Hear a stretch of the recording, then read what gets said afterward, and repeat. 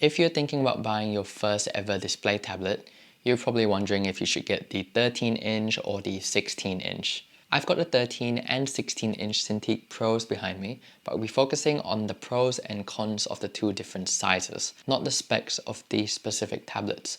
So the things we talk about in this video will also apply to 13 and 16-inch tablets from other brands like XP Pen or Huion. Let's start with the similarities.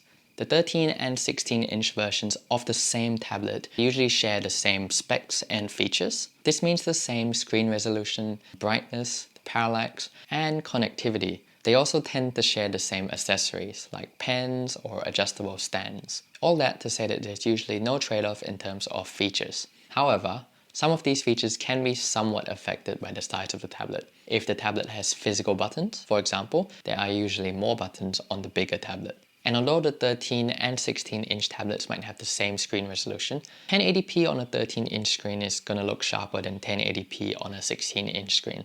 They both have the same amount of pixels, but the pixels are bigger on a 16-inch screen.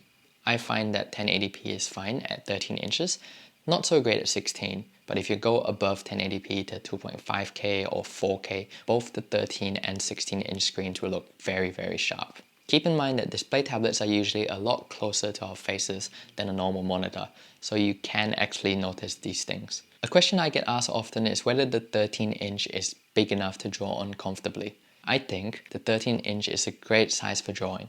The problem is that most drawing and animation softwares have windows and menus that take up a lot of space on screen, so that leaves you with a little tiny drawing space. There are ways to work around this, like hiding or showing the menus and toolbars when you're not using them, or moving those menus onto a second monitor somewhere. But these require adding extra steps to your workflow or an extra piece of equipment. On the other hand, I found that the larger size of the 16-inch means that you have a decent amount of drawing space, even with all the menus and toolbars on screen. However, the extra drawing space does come at the cost of portability. Besides the size of the display itself, most drawing tablets nowadays have big bezels so that you can rest your hand comfortably while you're drawing. And these bezels make a 13-inch display tablet much bigger than an equivalent 13-inch laptop, and the same is true for the 16-inch. And finally, the 16-inch option across all tablet brands is usually significantly more expensive. So should you get the 13-inch or the 16-inch?